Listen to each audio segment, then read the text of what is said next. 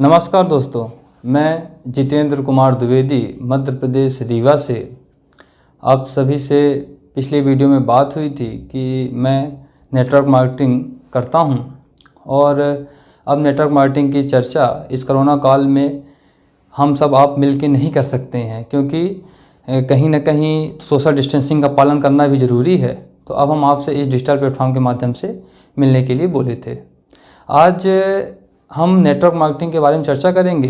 कुछ लोग network marketing जानते हैं, कुछ लोग मल्टी लेवल मार्केटिंग जानते हैं, कुछ लोग डायरेक्ट सेलिंग जानते हैं। ये तीनों एक ही हैं। जैसा कि डायरेक्ट सेलिंग हम सब आज कस्टमर हैं और अपने दैनिक जीवन के प्रोडक्ट अपने आसपास की दुकान से लेके आते हैं। जैसे दुकान का नाम कुछ भी हो, पर वो दुकानदार सामान नहीं बनाता है, वो अपने बड़े दुकानदार से लाता है। तो आइए इसको देखते हैं।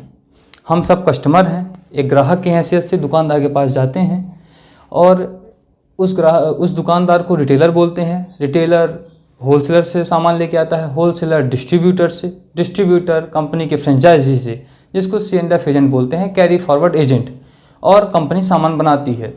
अब इसमें retailer, wholesaler, distributor, C&F agent पर कोई प्रोडक्ट बनता है, उसकी जानकारी हमको विज्ञापन के माध्यम से होती है। विज्ञापन हम और आप नहीं करते हैं, बड़े बड़े सेलिब्रिटी करते हैं। अमिताभ बच्चन, दीपिका पादुकोणे, शाहरुख खान, अक्षय कुमार, कई बड़े बड़े सेलिब्रिटी करते हैं। क्यों? क्योंकि उनका नाम बहुत बड़ा होता है। हालांकि हमको जानकारी है कि वो सेलिब्रिटी इस प्रोडक्ट का उपयोग नहीं कर रहे हैं, फिर भी हम उस प्रोडक्ट को उपयोग करते हैं उनका चेहरा देख के। जैसे दीपिका पादुकोणे का ऐड आप देखे होंगे। दीपिका पादुकोणे ऐड करती है लक्स साबुन का, चूँकि हमको पता है साबुन वो यूज़ नहीं करती। अब थोड़ा सा हम इसकी गहराई में जाएँ तो जो प्रोडक्ट कंपनी बना रही है 5 रुपये में, वो हमको 10 रुपये में मिलता है। क्यों? क्योंकि बीच में retailer, wholesaler, distributor, C&F agent और एडवर्टाइजमेंट, ये 5 लोग जुड़े हुए हैं। तो ये लोग भी कुछ ना कुछ लेते हैं। अगर ये मान लें 1-1 रुपये भी लेते हैं तो 5 का कंपनी ने सामान बनाया, 5 रुपये इनके बीच में बट गया। अब 10 रुपये में वो सामान हमको पड़ा। अगर 100 रुपये की सामान की बात कर लें तो 50 रुपये इनके बीच में बटते हैं और 50 रुपये कंपनी सामान बनाती है अपने मुनाफे के साथ। लगभग 50% पैसा इन बिचौलियों के बीच में जाता है। अब ये है परंपरागत बाजार जो कई सालों से चल रही है। लगभग 1998-2000 का समय था जब डायरेक्ट सेलिंग इंडिया में आई। कंपनी ने कहा हम सामान बनाते हैं, कस्टमर उपयोग करता है, क्यों ना इन बिचौलियों को हम हटा दें। तो उसने डायरेक्ट अपनी ही शॉप हर शहर, हर कस्बे में खोल दी। इस सिस्टम को डायरेक्ट सेलिंग कहते हैं, डायरेक्ट कंपनी की शॉप से सामान देना।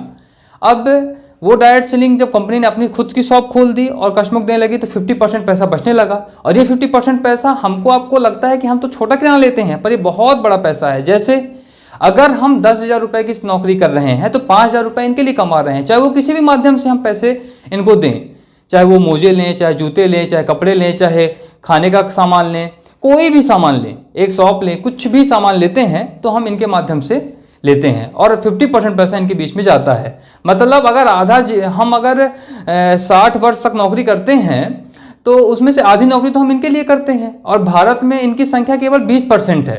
लगभग 20% लोग ही अमीर हैं इस बिज़नेस से, और हम सब इसमें जा रहे हैं। कुछ दिनों बाद सिस्टम आया मॉल का। मॉल ने भी क्या किया कि इन बिचौलियों का पैसा खुद रख लिया और कस्टमर से उतनी ही लूट चलती रही। तो डायरेक्ट सेलिंग को बढ़ावा दिया गया। सितंबर 2016 में मोदी सरकार अपने भारत में गाइडलाइन लेके आई और उस गाइडलाइन पे अब इंडस्ट्रीज बढ़ने लगी हैं। कई सारी कंपनियां काम कर रही हैं, उनमें से हम RCM का प्लान अब देखते हैं। डायरेक्ट सेलिंग कंपनी द्वारा जो पिकअप सेंटर खोले गए, डिस्ट्रीब्यूटर पॉइंट खोले गए, जहां से हम सामान लेते हैं उसको पिकअप सेंटर बोलते हैं। तो जो 50% पैसा यहाँ बच रहा था, वो 50% पैसा अब कस्टमर का है, पर उस दुकान को चलाने में कुछ पैसा खर्च हो रहा है, तो 5% पैसा उसको दे दिया गया। शेष 45% पैसा कस्टमर को रिटर्न किया जाता है। अब ये 45% पैसा कस्टमर को रिटर्न होता है तो डायरेक्ट नहीं होता है, इसके भी कुछ नियम हैं, वो धीरे धीरे आपको बताए जाएंगे। स्टार्टिंग में 10%, फिर 12%, फिर 14%, फिर 16%, ऐसे धीरे धीरे बढ़ता है। और ये परफॉर्मेंस बोनस है, इसके बाद रॉयल्टी बोनस है, रॉयल्टी के बाद टेक्निकल बोनस है। इसके बारे में फिर कभी चर्चा होगी। अब इन सब के बीच से जब इनको हटा दिया गया तो इसमें से पैसा हमको बचने लगा। अब इस सिस्टम को अगर हम ज्वाइन करना चाहते हैं तो इसमें कोई विशेष चार्जेस नहीं है, ये फ्री ऑफ कॉस्ट है। इसमें केवल KYC ओके करवाने की ज़रूरत है और उसके लिए हमारे छोटे मोटे डॉक्यूमेंट्स लगते हैं। अब उन डॉक्यूमेंट्स को देके हम इसके मेंबर बन जाते हैं और हम प्रोडक्ट को उपयोग करते हैं। और प्रोडक्ट उपयोग करने के बाद अगर हमको अच्छा लगता है तो हम भी इसमें वर्क करना स्टार्ट करते हैं। वो वर्क करते करते हम धीरे धीरे और ज़्यादा निपुण होते हैं और हम एक टीम बनाना स्टार्ट करते हैं जिसको नेटवर्क मार्केटिंग कहते हैं। नेटवर्क मतलब जाल, और वो भी फ्री का जाल। अगर ये हम काम करते रहते हैं तो एक हमको छोटी सी इनकम जनरेट होती है और धीरे धीरे वो इनकम एक दिन आपकी पैसिव इनकम बन जाती है। एक्टिव इनकम, पैसिव इनकम दो तरह की होती है और ये पैसिव इनकम हमारी धीरे धीरे परमानेंट इनकम में कन्वर्ट हो जाती है। आप सभी इस वीडियो को देखें और देख के समझें। जो समझ में ना आए उसके लिए हमें बताएं, जो हमारी कमियां हैं उसको ज़रूर हमें बताएं। आप हमारे साथ इस चैनल पे बने रहिए। बहुत बहुत धन्यवाद। नमस्कार।